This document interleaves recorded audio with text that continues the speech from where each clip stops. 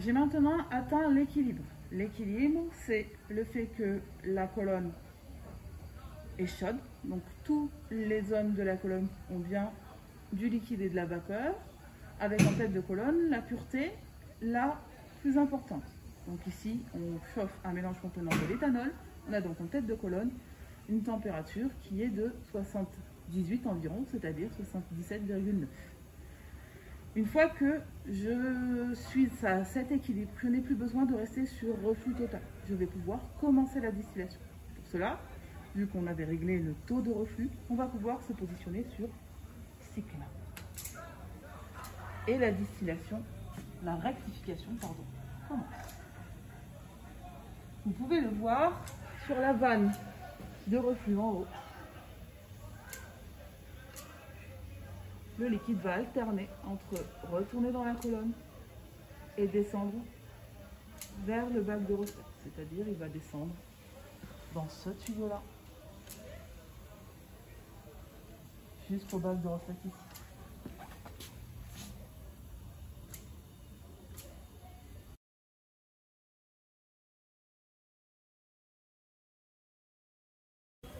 Le premier problème qu'on peut rencontrer lors d'une rectification discontinue, c'est ce qu'on appelle l'engorgement. Trop de vapeurs sont formées et ces vapeurs vont empêcher le liquide de s'écouler. On le visualise comme ceci, et aussi avec le manomètre en U, où on a une différence de pression de plus de 10 cm.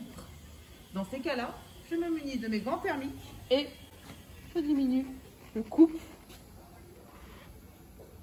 un petit moment la chauffe. Et lorsque l'ébullition s'est calmée et que le liquide a commencé à recouler dans la colonne, je vais pouvoir remettre la chauffe, mais pas au même niveau que celui qu'il était. Je vais remettre la chauffe en la diminuant. Donc on était sur 1/4, on va ouvrir sur 1/8. Et laisser l'ébullition reprendre.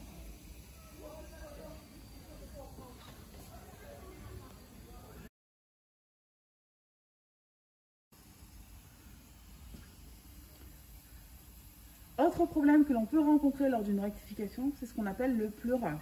Le pleurage correspond au moment où les plateaux vont commencer à se vider de leur liquide. Donc les plateaux pleurent. Si vous rencontrez ce problème, vous le visualiserez d'une deuxième manière. Vous le visualiserez grâce à la différence de pression dans le tube en U. Si celle-ci est inférieure à 5 cm, c'est qu'il y a risque de pleurage. Ici, c'est de 0 cm, donc on est réellement dans du pleurage. Si vous rencontrez ce problème-là, il suffit, en se munissant des gants thermiques, d'augmenter la chauffe.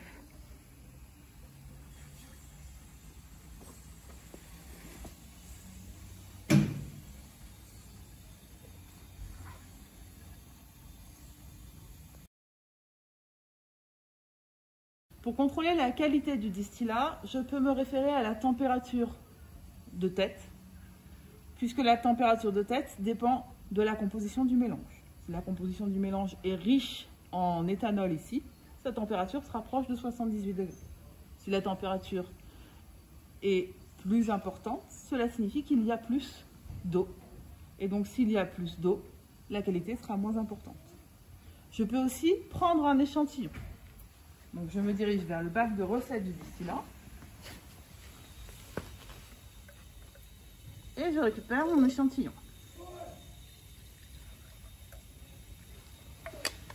Tous les échantillons sont transportés dans des récipients fermés munis d'un bouchon.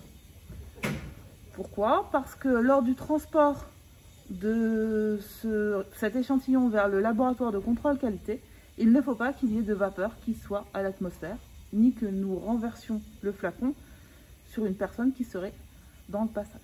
Donc, flacon fermé. Et je vais pouvoir aller au laboratoire de contrôle qualité.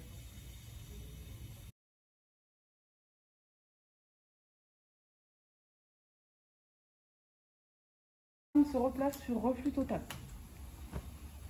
Puis, avec les gants thermiques, nous allons aller couper la chauffe. D'abord la vanne bleue, puis la vanne au mur. Je vais maintenant pouvoir procéder à l'arrêt de la machine. Je ne peux pas vidanger le bouilleur. Comme vous le remarquez, sa température est très importante. Je ne peux vidanger le bouilleur que lorsque sa température est inférieure à 35 degrés. Par contre, je vais pouvoir arrêter le pilote parce que les températures en tête de colonne sont inférieures à 40 degrés. Il n'y a donc plus de vapeur en tête de colonne. Je peux procéder à l'arrêt de la machine sans vidanger le bouilleur. Attention, je répète, impossible de le vidanger, il est trop chaud. Donc, pour procéder à l'arrêt, je vais devoir aller à l'arrière du tableau électrique. Je suis à l'arrière du tableau électrique et je dois couper l'alimentation générale en électricité. Je vais maintenant couper l'eau de refroidissement, ici. Le pilote est éteint, sans avoir vidangé le bouilleur, puisque sa température est trop importante. Il devra reposer un certain temps avant d'être suffisamment froid pour être vidangé.